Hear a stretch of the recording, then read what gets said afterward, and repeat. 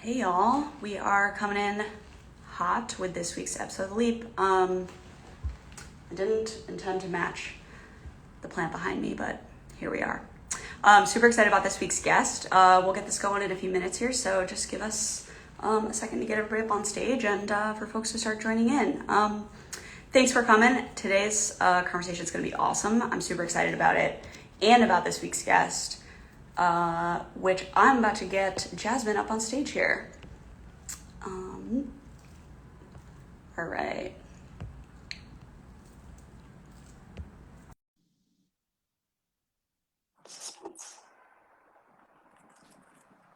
Nice, nice. Hey. It works. I'm super excited to chat. Thanks so much for Yes. joining us tonight. Yes. Thank you for having me. I'm so excited. Yes. So I'm just gonna do a little intro and Yeah. then we'll get this thing going. Yeah. So for folks who are trickling in, I'm Rachel Rennick. I am the co-founder and CEO of Lethos, and welcome to The Leap. Every other week, I would say, I'm interviewing different creative entrepreneurs to hear more about their journey to starting and scaling their freelance businesses. This week's guest, super excited, Jazmin. So Jazmin Griffith is a multi-hyphenated creative. She worked in the agency world for over 8 years, which I only lasted like 3 years, so God bless you. She's now a freelance social media director, content creator, a big, TikTok and Instagram influencer, as I'm sure a lot of folks who are tuning in right now know, and agency owner. She's worked across a ton of big brands like Sony, Google, Facebook, Mazda, and more. Loves exploring social culture, community content, which is a little bit what we're going to talk about today. So thank you again Yes. for hanging out. Yes. I'm so excited. So let's start with just tell us a little bit more, like in your own words, about your journey and starting your freelance business and how that evolved over time. Yeah. So I think touching on the piece that you said, being in the agency for over 8 years, it's interesting enough because I did start brand side at Porsche when I lived in Atlanta. When I was younger, and it was kind of interesting. I got hired on as an agency, and back then it was like if you worked in social, you had to work at an agency. You had to get your foot in the door to Totally. just to be a strategist in general, right? And so over the years, I've got a chance to really evolve that role and got a chance to work with some really cool agencies. And then I just kind of got to a point where a pandemic hit, right? It was 2020.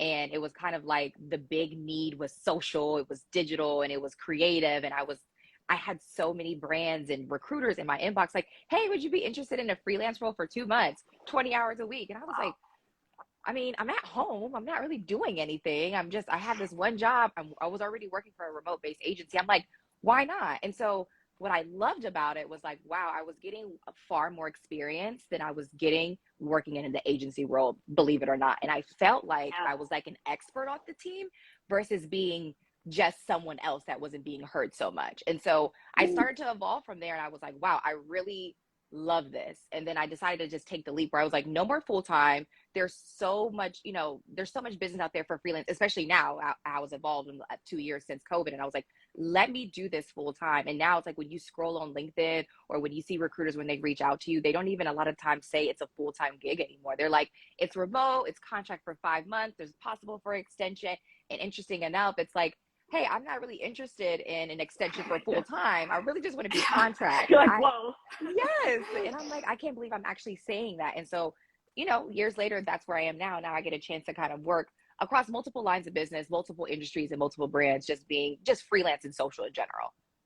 Yeah, I love that. And it's such a good overview of just like, what you were thinking about and how sort of things sort of naturally kind of evolve Yep. over time, right? And Yeah. I feel like often when it comes to recognizing opportunity, um, Hmm.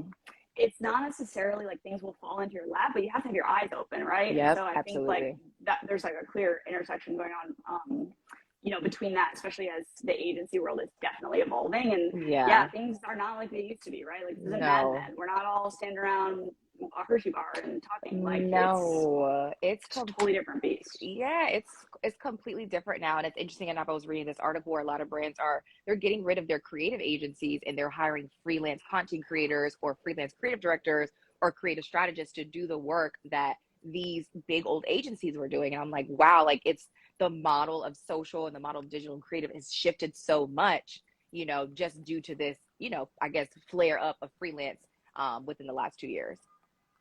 Yeah, and honestly, too, like an agency is a service-based business, right? And so an Mm-hmm. agency is only as good as its people. Yep. In fact, it is its people, literally. Yep. And so, Absolutely. what are you paying for at the end of the day? I think with the giant office and the beer on tap, like Yeah. you're really looking for the people, and hey, go right to the Absolutely. people. Absolutely. I totally couldn't agree more. So in terms of being independent and working in the traditional agency world, like how is that compared, I guess, and what do you think is like a big misconception people have about being independent? Um, I think I think first things first, I think it's more so of getting business in. I think being a freelancer, a lot of people it's contract, right? So for me, I'm always very mindful of like the ending dates of my contract or making sure a month in advance I'm asking. I think a big misconception is there enough work out there for freelance? I'm like, yes. Two, I think another misconception is the pay. A lot of people feel like being a freelancer, the pay isn't as great. When reality, what I've learned is the pay is actually better. Being a freelancer, I think from working as a freelancer and working in an agency, like I said this before, I feel like me personally, I'm more valued, as a freelancer because they're going to come to you as an expert. They're coming to you. You're brought on you're almost kind of like another agency to them or another third party or another vendor. So they're coming to you for your expertise versus like when you worked at an agency, like I said before, I didn't feel like my voice was heard as much. I was just part of, like you said, this gigantic team of 50 drinking beer on tap and it's Thirsty Thursdays. Like it didn't feel like anything. And so I think, like I said, some of those misconceptions is, the revenue that you bring in, but then also the amount of business that you have and that they almost kind of feel like, well, is my contract going to be renewed? Do I get the experience? I'm like, I feel like you get more of the experience of being a freelancer and being a consultant versus actually working in an agency. And I mentioned this to somebody the other day. I was like, I feel like within the last 2 years, I've learned the most that I learned about social and digital and influencer marketing and digital, like within my freelance gigs than I did at the actual agency that I worked with, just because of like being just thrown in. There's no one micromanaging you. There's no one asking you to jump on a call at 9 p.m. Like you very much so make your own schedule as a freelancer and you're kind of guiding the conversation and the narrative of kind of what's going on because they're coming to you for that expertise. Yeah, I totally agree with that. I think Yeah. like the feeling that I had when I left my job and was, we were running our own business was just Mm-hmm. totally different. And yeah, you are a strategic partner. It's really like, how they see it. A lot of clients see it. And I think positioning yourself that way is super important. We also joke, like, we're like, well, also when you call yourself a consultant, you can charge like 50% more. Yes, I started Mark that doing rate. that. It's a real thing. I started doing that. I was like, I need to start doing this more often. Yes. Yeah, definitely. Language is such a funny thing. I know. So I want to dig in a little bit to like how you grew your own business. And I know you Yeah. said, I heard you mentioned like you've learned so much more about the digital marketing space being independent than even within that agency itself. And there's this age old debate that I hear going Mm-hmm. on all the time about if you work in social media, does that mean by default you should have a social media following? Like do Yeah. clients judge you on that, potential employers, etc. I think it's interesting because it really does blur that line between professional and Mm-hmm. personal, which is tough as a freelancer, I think. Yeah. You've obviously done an awesome job building both. Like Thank you. it's been, and the way that all the brands interact with each other, I think is really awesome. In terms of how that balances Yeah. out all the different aspects of like your personality and what your business does. Yeah. Can you help us understand, like in the early days, right, where you're doing everything, wearing a million hats, kind of, at least for me, I was running around like chaos, my hair on fire. Yeah. How did you manage your time or balance between, the client work and then actually building your own personal brand and your own kind of business, interest, things coming into you? Yeah. So that's a good question to ask because funny enough, I was also one of those people that didn't have a following. So this following that I've had now, I built it in the last year or so, like since That's last incredible. June. Yeah. So before then, and when I was doing social years ago, I had the bare minimum, 1,000 followers. I spent a lot of time trying to build myself like on LinkedIn, and I was like, oh, nothing's working. I'm like, how do people build their own like personal channel? And so years later, it's like, wow, in 1 year when content and everything is on the rise. And so I think it is a big misconception. I don't think you need to have a huge, big following in order to show your proof of social. One, because like you said, I'm so busy working on everyone else's social. When do I have time to work on my own social? When I did, I would spend times on the weekend. So one of the things that I had came up with when I was working at agency was trying to do a tip Tuesday. At the time, I was really trying to show my expertise of working in social, I was also trying to teach myself things that were kind of going on in social as well. So one of the things that I try to do is like every Tuesday I did some type of clip on like Instagram or LinkedIn or YouTube where I would upload some type of tip for Tip Tuesday, and it garnered some impressions. I mean, it wasn't what it wasn't huge, it didn't go viral, anything of that nature. But for me, that consistency kind of showed like, okay, hey, she knows social, she's passionate about social, and we were to hire her, you know, this is a good thing. And a lot of people and a lot of brands reference back. It's like, oh my God, I saw your videos. Like, and like I said, even though it wasn't like, it didn't garner, you know, past maybe 1,000 views and that sort, brands seeing that, okay, she does have some type of passion of what she's doing, we can bring her on. So that would be my advice to actually anyone now and in general. Just because you're working on social doesn't mean that you have to have this big following to prove your worth. Like, no, as long as you're doing something and it's showing that you're passionate and you're investing the time into whatever your passion is, brands do notice that, or recruiters do notice that. I don't think you need to have this huge following. I've been blessed to have one, but I kid you not, I did not have this following before June. Before June, I was sitting at like maybe 2,000 followers for the last couple of years. That's incredible. I mean, that's insanely impressive. And I think like what I hear you saying now, which I think is really important to call out, is that it's not necessarily the size of the following, but it is like the intention and the types of people that you're looking to bring into you. And so Absolutely. 1,000 really interested parties within the type of client that you're looking for is way better than 100,000 like people that are just noise, you know, that aren't necessarily people that are interested in what you're doing. And so I definitely think that that's important too, because I think in a world where you can, you know, do stuff like to clickbait and to just kind of like growth hack basically. I do think that organic like growth of that audience makes a huge difference. Absolutely. In how your business is presented. Absolutely. I I mean, mean, the storefront. it's about building your brand, you know, like just like you're kind of doing with this series, like, you know, you're just building your brand. You're making yourself a thought leader in the space. You don't have to go viral. I think people get stuck on that a little bit. You don't have to go viral in order for your content to be worthy. It's your brand. No one can tell you, you know, what to say or what to do or what your brand should be like. But I guarantee you that at least one or two people notice, and that's enough, you know, and that's enough for you to get your foot into the door. Yeah, for sure. Yeah. So I wanted to switch gears, talk a little bit like tactical, talk about money a little bit, because I know these are like, you know, topics that we hear about all the time. And I think that, you know, having a business with multiple revenue streams is really good, because that diversity of income, right, is actually more secure in my opinion than like just having like one paycheck coming in. But it obviously can be tough to balance, you know. And so in terms of like, when it comes to pricing and understanding like where an opportunity might be, when an idea maybe is or isn't working, I think that it's really important that a lot of people like don't gauge demand for things first before they launch them. And I wanted to understand, because a big part of that is like how you price it or how you position it, and like how people interpret that. So how do you approach setting your pricing across the multiple sort of different, you know, initiatives? And then how often do you typically, I guess, update it or have that conversation with clients? So I do want to caveat, like, when I came across your Facebook page, I mean, not your Facebook, your Instagram page, it took me a step back and I was like, oh my God, I am not charging enough. Like, it literally put me on a pedestal and made me look at life completely different. That's why I fell in love with your page. I was like, I stayed on it for hours, right? Because you don't have no idea what that means. No, literally, girl, like it really changed the game for me. And the reason why I say that is because when I started off as a freelancer, I feel like I didn't know a rate, right? I didn't know anything. So I was like, I just took the rate that people gave to me. So I was like, okay, $40, $45 an hour. I'm like, okay, that's good. I'm doing like 20, 25 hours a week. Then I have my full time. I'm like, this is good. This is great. But then when I got to a realization, I was like, whoa, I'm doing X, Y, and Z. I'm doing content calendars. I'm doing client communication. I'm doing email. I'm managing. I was like, my skill set is kind of going up. And so as you're doing multiple, I guess, contracts and you're working with multiple brands, like you can raise the price. And for me, how I raised the price honestly was per contract. As I went into a new contract, I upped my hourly rate.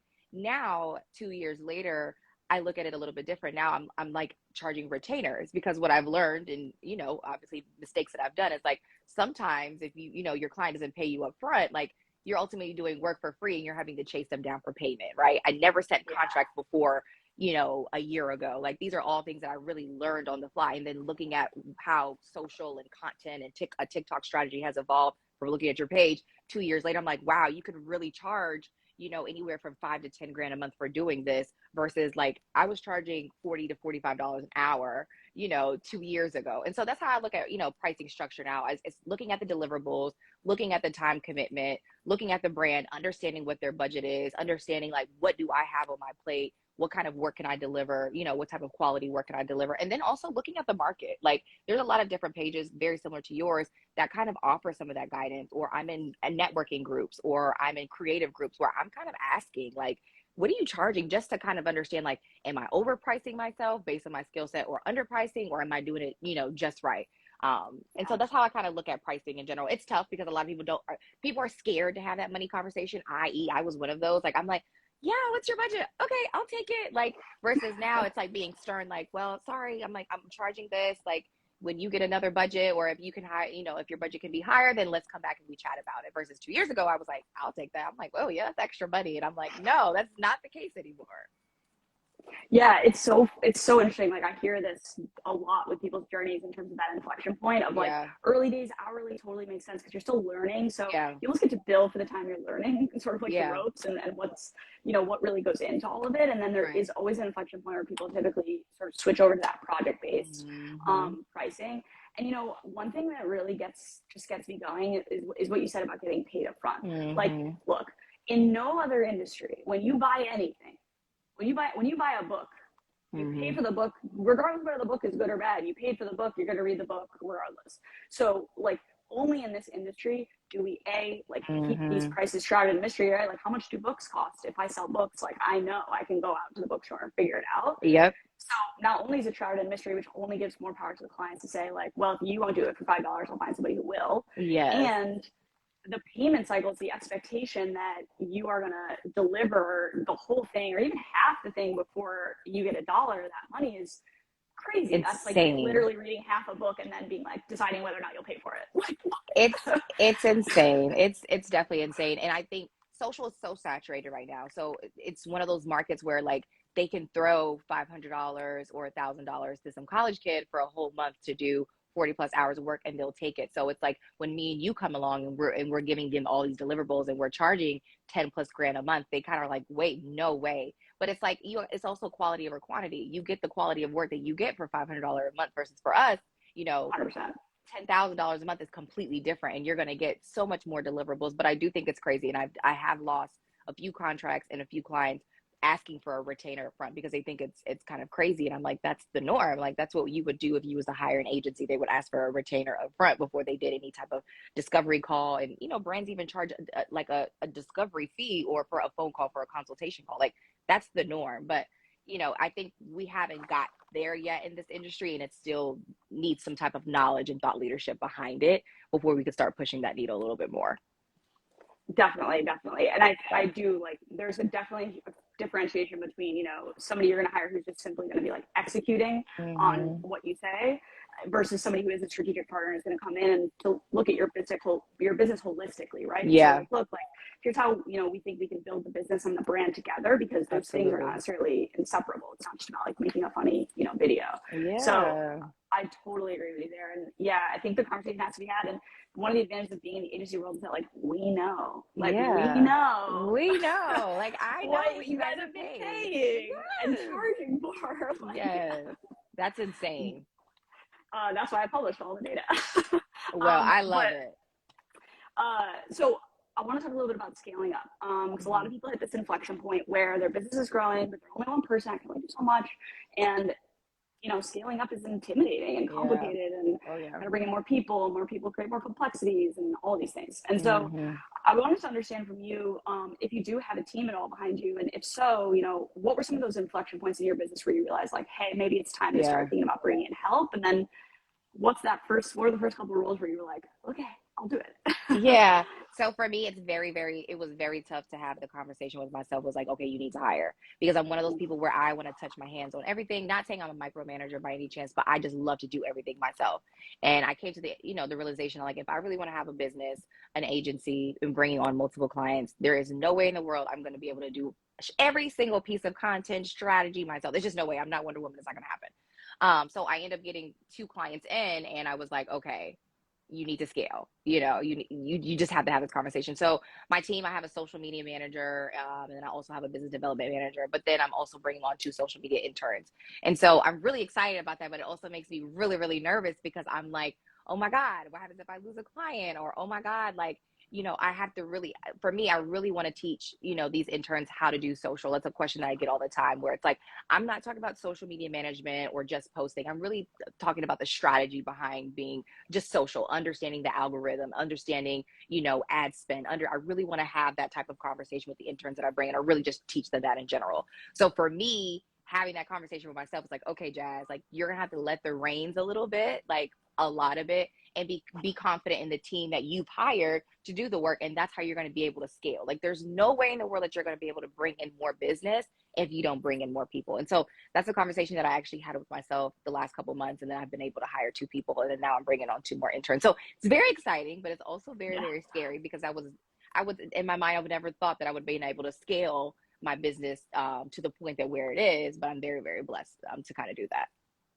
Yeah, and I think, like, oh man, that inflection point is such a struggle, because I Yes. totally get that too. Like, I Yeah. love to create, like I like to literally make a thing, and so Yeah. letting go of that a little bit is so hard. Yeah. But it sounds like you started with the roles that you were like really, really comfortable with yourself, so Yeah. that you know how to recognize like what excellence looks like. And so I think Absolutely. that's probably the best strategy, at least that I've come across, which is like, do the job yourself, then fire yourself and hire somebody to do it. No, Um, absolutely. Yes. I mean, because I think a lot of us, we just want to do everything ourselves. Like, we're just so used to, I've just been so used to doing that. I was working a full-time job and then multiple contracts. I'm like, I can do this. And then you get to a point, I'm like, you're getting older, you're tired, you want to sleep. You actually want to, like, enjoy, the fruits of your labor. It's like, okay, like, it's time. Like, you have to let go. It's like letting your kid go off to college for the first time. It's like you finally have to, like, let go. And that's something that it's a lesson, not just from my business, but just in life. Like, sometimes you can't, I'm a Leo, and I have a really hard time, having to control everything. So for me, this is a lesson where it's like,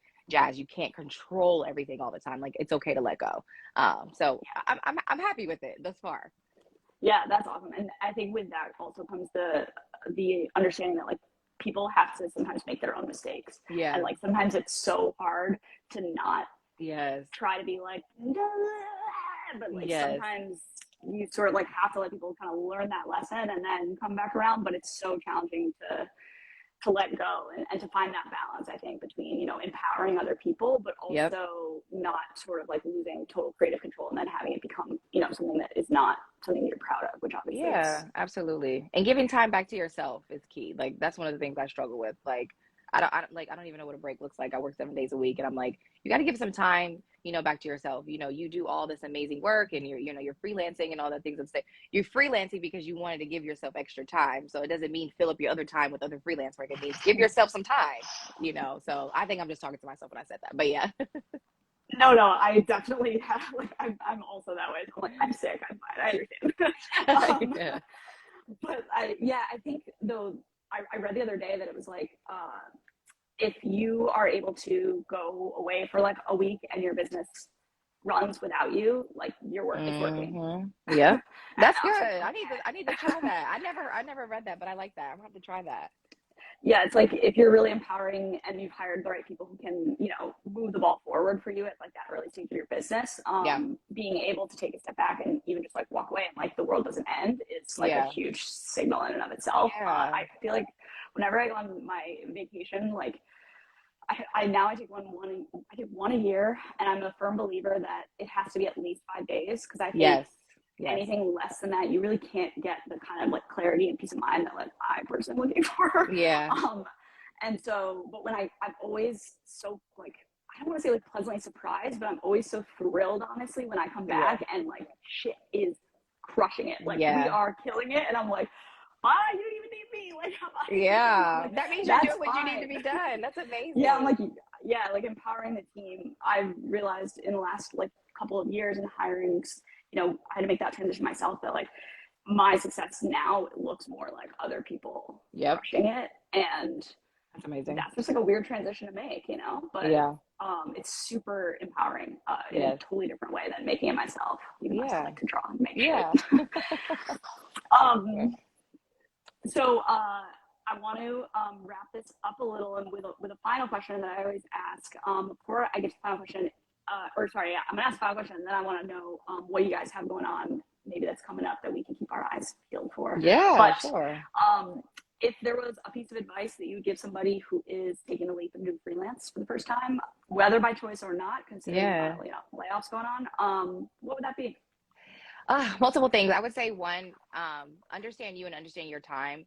I've came across from in general before in the past where I've had employees work for me that were balancing, multiple freelance gigs, and I'm okay with that. I doesn't mind it, but know how to manage your time and know how to communicate. For me, I was one of those managers. I had to manage like 15 people at one time, and I had multiple people on my team that was honest with me. And they said, "Hey, I have a freelance gig outside of work," and I was like, "Hey, cool. Get your coins by every means. I'm never gonna take money out of your pocket, but make sure that you show up for every single position that you're at." I think that's one of the things that for me, being just a freelancer in general, is I stand out. I don't slack. No one knows that I have something else going on versus other people might. So one of my biggest pieces of advice is communicate and understand your time commitment and understand yourself. Understand if you can balance multiple projects at one time commitment, time zones, feedback. Like those are all crucial things as a freelancer where it's like, they're going to give you feedback. You might need it the next day. And you might also have a 2-page report that's due. And then you also might have a meeting, and then you might have a quarterly report. Like those are all things that's a real life of a freelancer that's also working a 9 to 5, or just a freelancer in general that's working multiple projects. So for me, it's understanding your time and communication. Like communicate with the opportunities that you have, and communicate with your recruiters if you're not loving the opportunity, or if you're just tired, if you're exhausted, if you need a break, or you feel like it's not a fit. I've done that before, and it's okay. No one's gonna, punish you or slap you on the hand for it. Like it's just putting your mental health and putting yourself first. And then thirdly, it's stay in communication. Like one of the awesome things of being a freelancer for me is a lot of the opportunities I've gotten is because of just word of mouth or reference from the brands that I've worked with. They've always wanted me to come back for another project. So always check in. Hey, how are things going? I see this campaign launch. It looks amazing. Like it's okay to still stay in contact in a contract, even though it might have ended. They might can bring you on when there's another budget with more, a quarter with more budget. So those would be my top 3 things that I would say that's worked for me. I love it. That is such useful and like tactical advice, Yeah. honestly. Because I think not enough people go to that place of like, no, like these are some really just effective things in the day to day that really work well. And I couldn't agree more with those 3 points, honestly. I think absolutely. Like knowing yourself is most of the battle, I would say. Yes. Yes. Oh, and time management. I need to throw that in there. Time management. That is like, I should have said that as number 1. Time management is key. Get you a calendar, something. Or I have alarms for every single one of my meetings, deadlines. It's almost pretty insane. But time management, I meant to throw that in there. So sorry for cutting you off. Yeah, no, you're fine. Because honestly, I live by my calendar, which is like a horrible thing, and I hate me that stuck in too. my mouth. But Me too. I need it, or else like I literally will drop things through the cracks. And Yeah. I've always like getting organized like that and setting up those systems is always it's a lot of grunt work, but it's always so worth it in For the day to sure. day because Yes. it just shades all that off. So if folks want to follow along, keep their eyes out. Do you guys have anything cool coming out this year? And then where can they find you on the channels, the internet machine? Yeah, so you can find my business. It's going to be Lamarca Consulting on Instagram. As far as me personally, I am the socialista. I always am posting all the stuff that I'm doing. As far as what I have coming up, I just onboarded this really, really, really cool high profile person. I cannot say her name yet, but I'm so excited. She's going to be so dope to kind of work with. And then doing some upcoming content for Netflix for some of their experiences that they have that we're shooting. So very, very excited about that. And then I'm also hiring 2 social media interns. So if you're interested, please slide in my DMs with your resume and I'll take a look at them. Amazing. I'm definitely gonna keep my eyes out because I feel like I've been following, we've been following along, and I've just been seeing like even today, just looking through like all your different work that you've been doing in the past. So I'm really excited for what you got coming out, and Thank you. definitely gonna keep my eyes open. Yeah. Thank you so much for joining us. This was awesome. I really appreciate it, and I'm sure that the community just got a ton out of this. So always appreciate the insights and the learnings. And I always say like I've made every mistake, so I help other people not make mistakes, I guess. Yes. And thank you for your page. Your page, if you guys have not checked it out, please check it out. It's very, very helpful. I mean, it changed the game for me as far as what I should be doing from a business perspective. So thank you for your page. That's It's literally amazing. been a lifesaver. Seriously. That really like truly just makes my whole like week, honestly, when I hear that. Yes, Raise your absolutely. rates if you're out there. Raise your Yes, rates. raise your rates. There is so much money out there. Please raise your rates. Yes. Just make a bunch of t-shirts say raise your rates on them. That would be Yes. fine. um, anyways, thank you again. I really appreciate it. Thank Have a good you. evening, everybody. We're gonna be back, I think, next week. Next week with another episode of The Leap. So come on through and we'll see you then. Have a good night, everyone. Awesome. Thank you. Bye. See you later.